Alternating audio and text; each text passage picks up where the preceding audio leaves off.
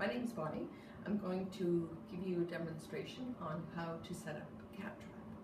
So this is a cat trap. It's actually a kitten trap. It's smaller than an adult cat trap. You can buy these anywhere at any hardware store or order them online. So the first thing you need to do is when you go, set it up, the trap, on a flat, stable surface. So a ground that's not on a hill or something. Make sure it's just flat. Because if a cat gets in and it rocks back and forward, it may be possible that it'll escape. Once it escapes, they'll have a hard time getting the cat to come back to the trap. So for demonstration purposes, I have it on the table. And what you need to do, most of them have like a safety thing here. And so you see here on the door, the door is slanted sideways, and this is the mechanism to open the door. So what you have to do is press this, push this back, and lift it up. While you're lifting, press this back.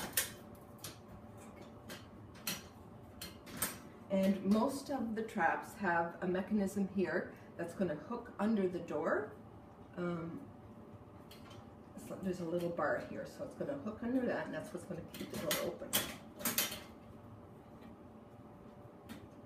Okay, so what that does technically is it lifts this trap plate, and I'm going to show you what you need to do after you have it set up.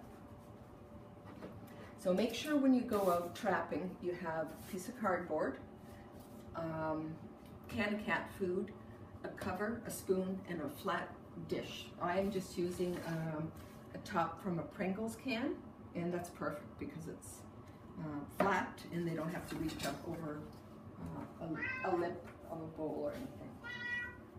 So I use this for two purposes.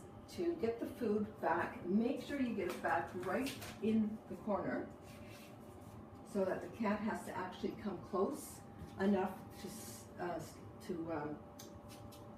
trip the plate, basically. So I'm going to put this here. Makes it a lot easier for the cats to walk in. Some people like to put this right up over the plate, but I don't, because I want to make sure that there's nothing going to interfere with the plate going off. As when you do this, put some soft food in the dish, but also put a trail. So you can either put it in front, don't put too much, because if you put too much, it's going to fill itself up and leave. So just like a speck, or even just like a smell of it. You can use cat food, but make sure it's really smelly, or use sardines, because sardines have a really pungent smell and will draw them.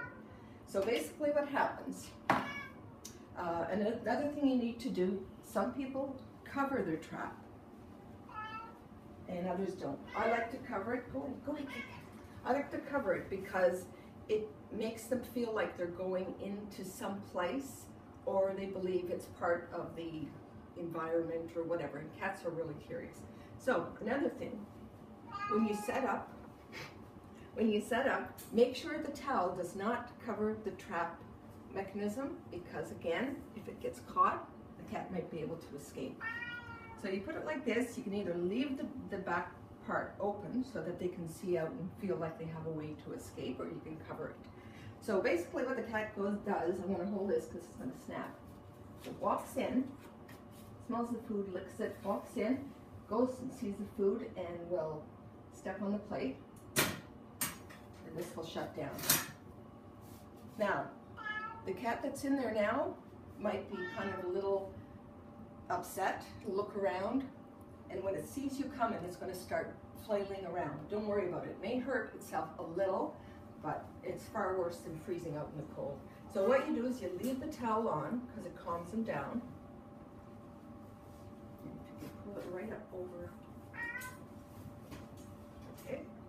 And then you feel for the handle. Leave like that. Make sure that when you're carrying it, you hold it underneath if you can. Otherwise, the cat is going to jump around in there, and it's going to be hard to hold. and you don't want it getting out, you don't want the door opened by mistake, so at least if you have it here, you have the cat closed. Now, it's going to be really heavy, especially if it's an adult cat, but just try your best. If you have to just carry it by the handle, then that's fine.